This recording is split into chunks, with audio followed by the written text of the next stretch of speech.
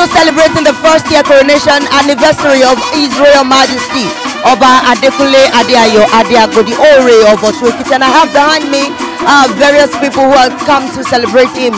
And very close, standing here with me, I have the Igbo community. You can see that we have love in Otun Ekiti, a state that welcomes people from various destinations.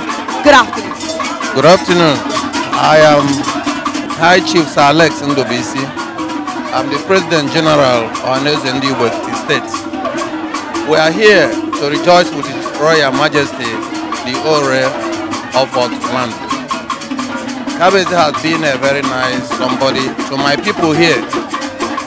Shortly before this time, Kabezi invited me with my team before this coronation, so that we get appointed ourselves before this time. But due to some appointments we have here and there, we were unable to do that. But today, we didn't meet fit to come and celebrate with him.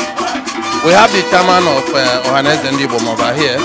We have our chairman in the 16 local government area of Ekiti State. So today, we are here with our chairman here to celebrate with the Ore of Otun. We are supporting him with prayers.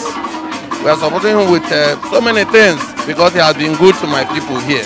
And since he is good to my people, there's nothing stops me from being good to him also, because respect is reciprocal.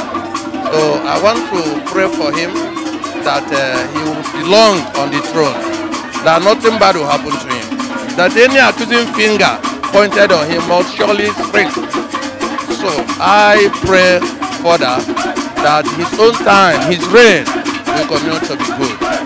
A lot of good things will come to Moba during his time.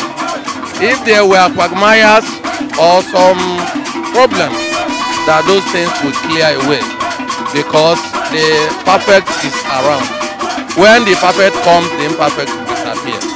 And that is how it will happen during his own time. And it will be so in Jesus' name.